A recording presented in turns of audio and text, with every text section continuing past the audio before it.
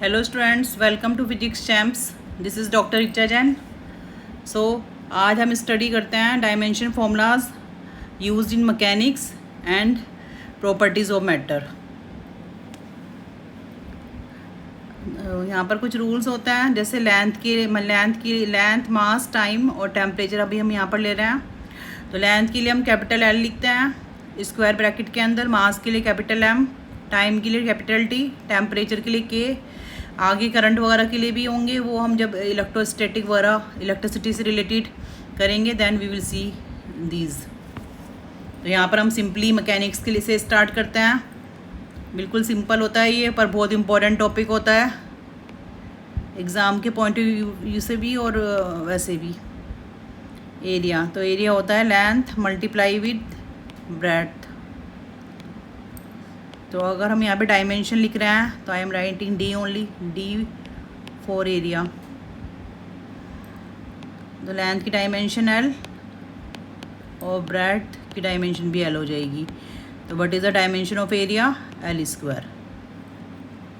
इसको हम simple form में इस टाइप से भी लिख सकते हैं, am naught L two T not, क्योंकि कन्वेंशनली हम डायमेंशनल जो फॉर्मूला होता है उसको हम एम में एल बी और टी सी की फॉर्म में लिखते हैं। सिमिलरली वॉल्यूम की दोनों ही करेक्ट हैं, ये इस टाइप से भी हम लिख सकते हैं और ये भी लिख सकते हैं। वॉल्यूम होता है एल बी एच, ये हम क्यूबॉइड के लिए ले रहे हैं, आप किसी के लिए भी ले सकते हैं। तो डायमेंशन इस टाइप से हो जाएगी एल एल और एल, इस टाइप से भी हम लिख सकते हैं, और एल थ्री और M naught L three T naught. तो काफ़ी इजी कंसेप्ट होता है ये और इम्पॉर्टेंट भी होता है, क्योंकि हर एक एग्ज़ाम में कॉम्पिटिटिव एग्जामिनेशन में भी इसका एक इम्पॉर्टेंट रोल होता है डायमेंशन एनालिसिस का, और बाकी फिजिक्स को अंडरस्टैंड करने के लिए भी। अब हम ले लेते हैं डेंसिटी। तो डेंसिटी क्या होता है? Mass upon volume. बस यहाँ पर क्या है, यहाँ पर आपको फॉर्मूला पता होना चाहिए, फिर वो आप किसी भी फिजिकल क्वांटिटी की आप यहाँ पर डायमेंशन निकाल सकते हैं। तो डायमेंशन क्या हो जाएगी? मास की डायमेंशन एम, वॉल्यूम की डायमेंशन हम कैलकुलेट कर चुके हैं L three, L raise to three. तो डेंसिटी की डायमेंशन हो जाएगी M L raise to minus three, और this can also be written as M L raise to minus three T naught. तो इस तरह से हमें जब एक डायमेंशन पता लग जाती है तो हम we can calculate the dimension of other quantities which are related to these. इसी तरह से स्पीड और वेलोसिटी की डायमेंशन हो जाएगी। स्पीड हो जाता है डिस्टेंस अपॉन टाइम और वेलोसिटी हो जाता है डिस्प्लेसमेंट अपॉन टाइम। तो डिस्टेंस की हो जाएगी एल, टाइम की T. So the dimension of speed is L T raise to minus one और M naught L T minus one. इसी तरह से एक्सेलरेशन हो जाता है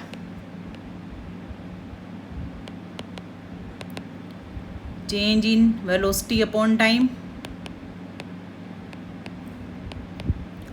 तो यहाँ पर अगर माइनस भी कर रहे हैं, कोई कांस्टेंट भी है, तो हमें एक ही बार लिखना होता है।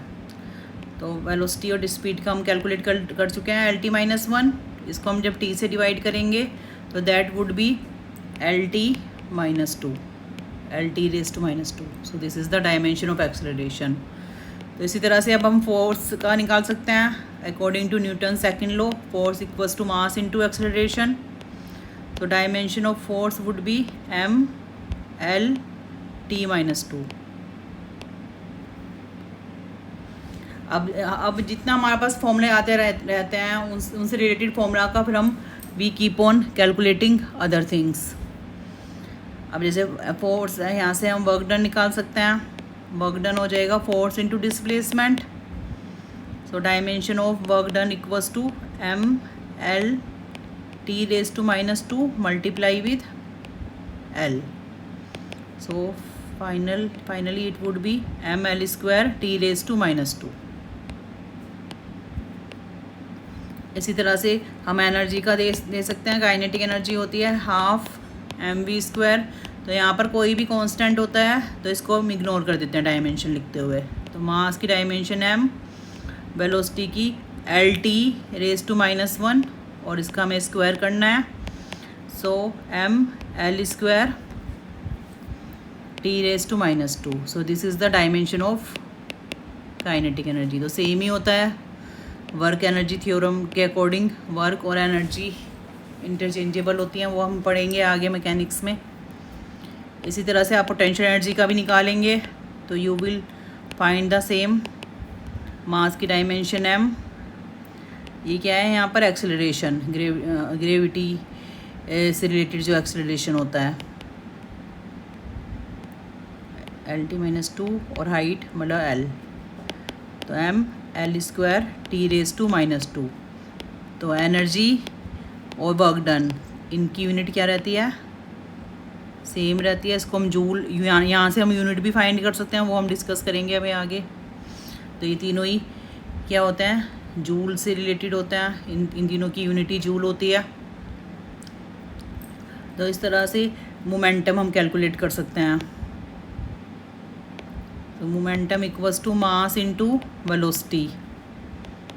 तो मास का डायमेंशन m, वेलोसिटी का LT-1। तो this is the dimension for momentum. अब यहाँ पर मोमेंटम भी 2 टाइप्स का आ जाता है, वो हम आगे डिस्कस करेंगे। तो this is the dimension for linear momentum. ये जो आपने 9th 10th क्लास वगैरह में पढ़ा है, तो दैट इज़ लीनियर मोमेंटम। अब हम देखते हैं pressure. Pressure we know it is equals to force upon area. तो हमने यहाँ पे फोर्स की डायमेंशन देखी है mLT⁻²। तो डायमेंशन प्रेशर की क्या हो जाएगी, mLT⁻² और एरिया की dimension L²। So dimension of pressure would be mL⁻⁻1 T⁻²।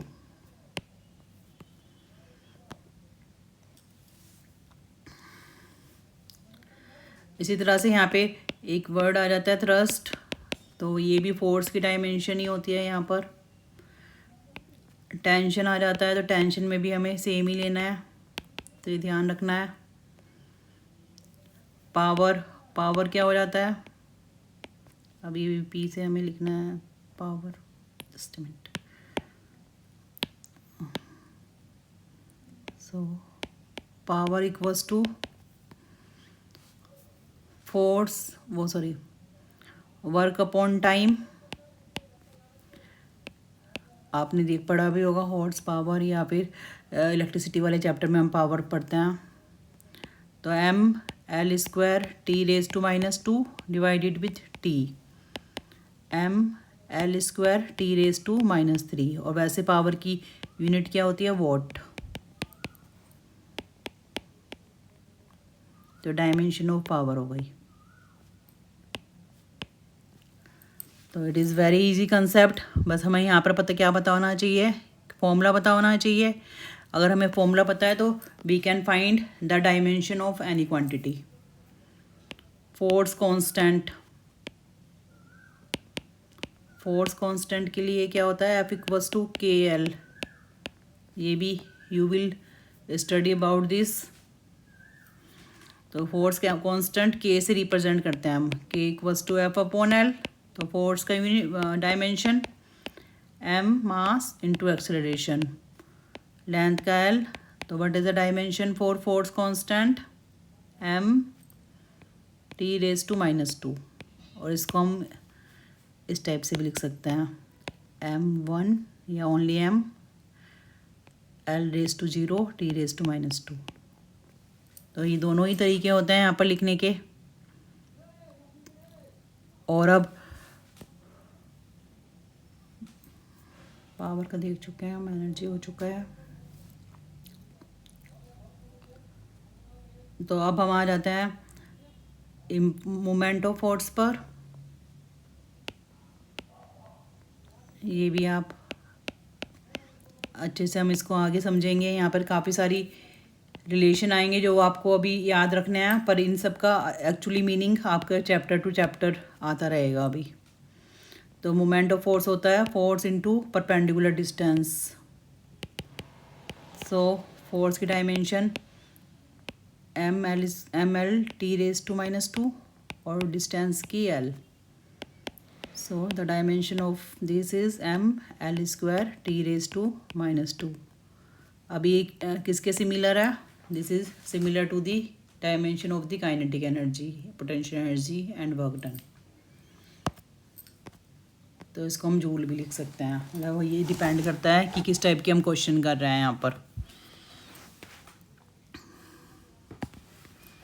अब ग्रेविटेशनल कांस्टेंट, ये भी you have study this in class 9th। If you remember, force equals to G m1 m2 upon r²।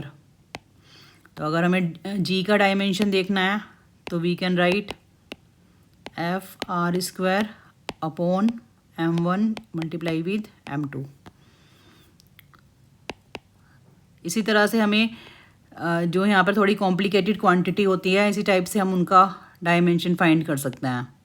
बस we should know the relation between these. तो dimension force का हो जाता है ml t raise to -2, distance का l², और dimension of mass m into m। So it would be cancel. so the dimension is m raised to -1, l raised to 3, t raised to -2। so this is the dimension for gravitational constant। अब यहाँ से unit तो हम निकाल ही सकते हैं। Force की Newton होती है m² पर kg²।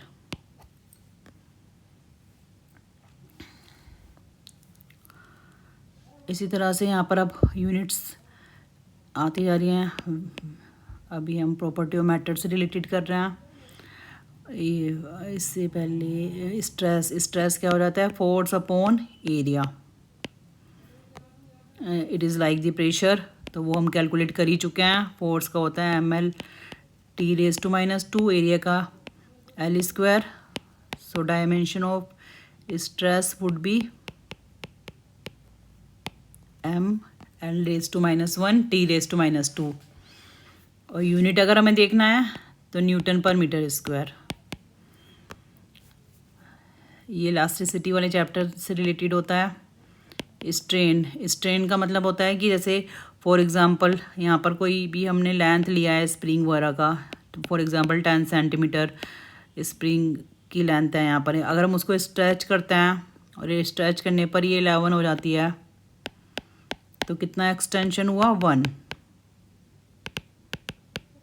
1 सेंटीमीटर। और ओरिजिनल लेंथ कितनी है? 10 सेंटीमीटर। तो स्ट्रेन को हम यहाँ से डिफाइन कर सकते हैं। स्ट्रेस मतलब फोर्स अपॉन एरिया, और स्ट्रेन हो जाएगा फिर change in dimension upon original dimension. Length से रिलेटेड भी हो सकता है, ये वॉल्यूम से रिलेटेड भी हो सकता है, एरिया से रिलेटेड भी हो सकता है। तो लेंथ से है तो फिर डेल्टा एल, तो दोनों जगह ही डायमेंशन क्या है यहाँ पर? सेम हो जाएगी एक तरह से, एल अपॉन एल या फिर L3 अपॉन L3। तो ये कैंसिल होके l raise to 0, m raise to 0 और t रेज टू 0। तो इस टाइप की जो क्वांटिटीज़ होती हैं उनको हम बोल देते हैं dimension less quantity, dimension less.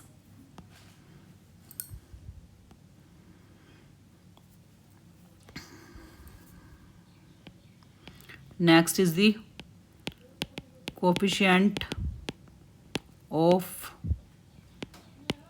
Elasticity.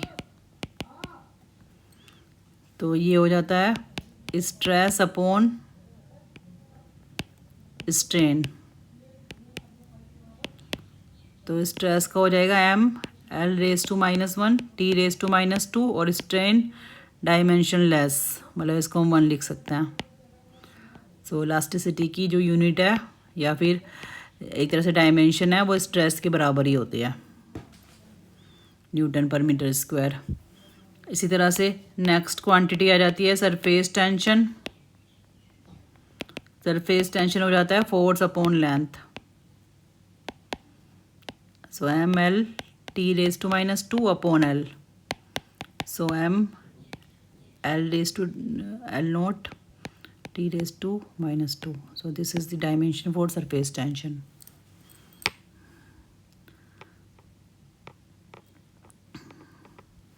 Similarly, surface energy, that would be energy upon area. So what is the dimension of energy? M L square t raised to minus 2. Area की dimension L square. So the dimension of surface energy is M t raised to minus 2.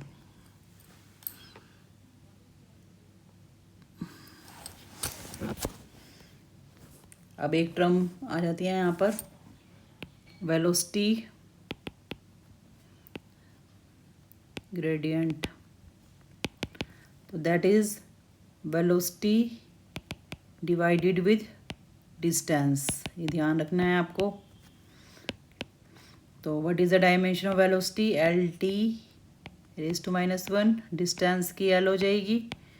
So what is the dimension of velocity gradient? T raise to minus 1. और we can write M naught L naught T raise to minus 1.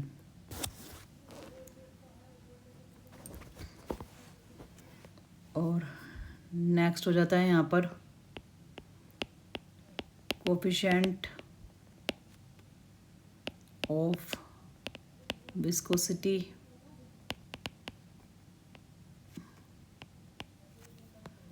तो coefficient of viscosity को हम ईटा, ये symbol होता है ईटा, इससे हम define करते हैं.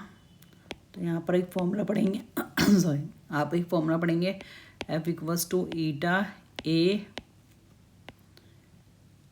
D V upon D L. D V upon D L का मतलब है वेलोसिटी ग्रेडियंट.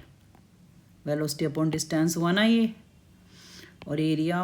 तो फिर अगर हमें यहाँ पर ईटा की डायमेंशन कैलकुलेट करनी है तो फिर we will write F upon A D V upon D L. बस सिंपली आपको थोड़ा प्रैक्टिस करना है इसको, और फॉर्मूला याद रखना है. एक दो बार आप लिख के देखेंगे, प्रैक्टिस करेंगे तो you will remember all this thing. और जैसे D V upon D L की हमने अभी ऊपर कैलकुलेट करी है, T raise to minus 1. So it would be m l raised to minus 1 t raised to minus 1. तो इस तरह से हम यहाँ पर डायमेंशन फाइंड कर सकते हैं.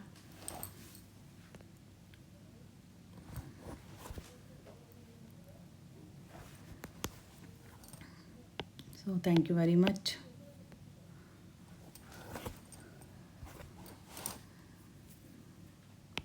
So you can install the app Physics Champs from the Play Store for more content of this type. वहाँ पर हम और आगे इस लेक्चर को और आगे कंटिन्यू करेंगे.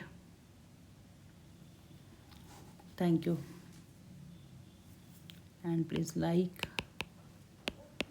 Subscribe and share.